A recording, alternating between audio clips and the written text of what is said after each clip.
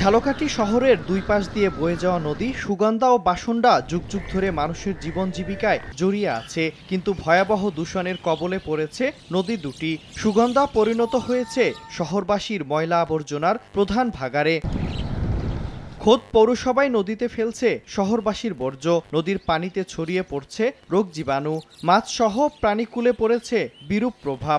যেখানেই যাবেন সেখানেই ময়লা, যেখানে যাবেন সেখানেই ময়লা। পৌরসভাকে বললে তারা দায় চাপায় কোথায় ফেলাবো, কি করবো। ফেলাবার তো আর আমার কোনো জায়গা নেই এ জায়গা ছাড়া। প্রথম শ্রেণীর পৌরসভা হলেও বর্জ্য ব্যবস্থাপনা না থাকায় দূষণ দিন দিন বেড়েই চলছে। এজন্য পৌরসভার দায়িত্বহীনতা ও অবহেলাকে দায়ী করছেন এলাকাবাসী। এর থেকে কিভাবে মুক্তি পাবো জানি না, অচিরে একটা ডাম্পিং এরিয়ার দরকার।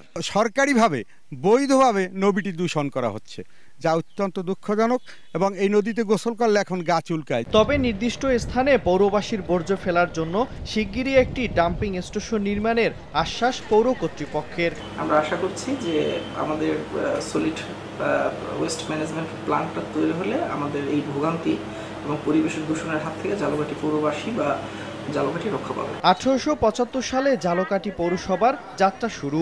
এখানে অর্ধলক্ষাধিক মানুষের বসবাস। সময় সংবাদ, ঝালকাঠি।